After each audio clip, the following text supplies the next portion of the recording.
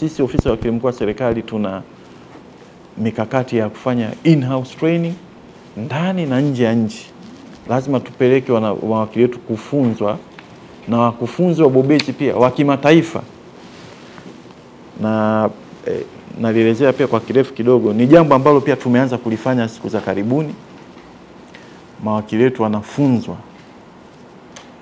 na wakufunzi wabobezi wa taaluma za kisheria katika sekta mbalimbali.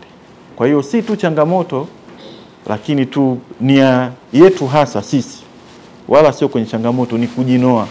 Na katika zile changamoto, katika kujinoa kwake, hizo changamoto sisi ndio tutazitatua.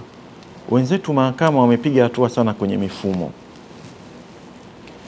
na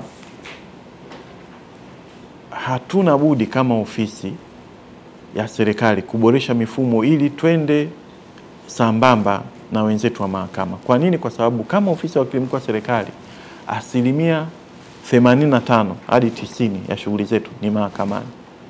Ni kama daktari ofisi yake, waga tunaongea huku kwetu, ofisi zetu sisi nyingi, pamoja hapa ndio makao makuu, lakini we spend time mahakamani. Kwa hiyo lazima tu tuna mfumo ambao unaenda sambamba na teknolojia ambayo wenzetu wamefanya.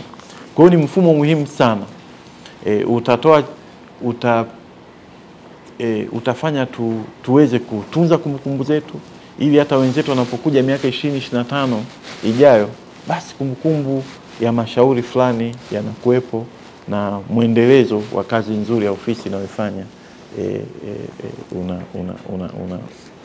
unakuwa unatekelezeka. Ofisi ya wakili mkuu wa serikali inatarajia kuendesha mafunzo kwa mawakili wote wa serikali kutoka katika wizara, taasisi za serikali, mashirika ya umma, ofisi za tawala za mikoa za serikali za mitaa waliopo nchi nzima kutoka Tanzania bara na Zanzibar.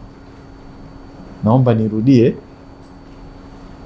ofisi ya wakili mkuu wa serikali inatarajia kuendesha mafunzo kwa mawakili wote wa serikali kutoka kwenye wizara, taasisi za serikali, mashirika ya umma, ofisi za tawala za mikoa na serikali za mitaa waliopo nchi nzima kutoka Tanzania bara na Zanzibar.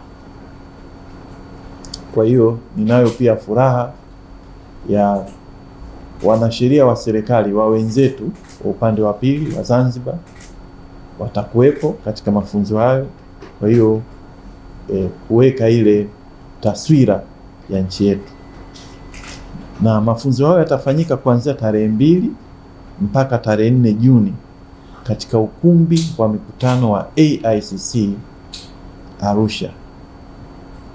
Ndugu waandishi wa habari, jambo muhimu pia kabisa, kauli mbiu ya mafunzo ya mawakili wa serikali ya mwaka huu wa 24-25 ni ubobezi wa kisheria kwa ajili ya kesho. Teknolojia, mikakati na mizania binafsi kwa mawakili wa serikali katika kutekeleza dira ya taifa ya maendeleo. Ili kuwa mwanafamilia bora wa Global TV, usisahau kusubscribe, like, kushare na kucomment. Baada ya kusubscribe, bonyeza alama ya kengele ili kupata taarifa kwa kila video inayopanda Global TV Online.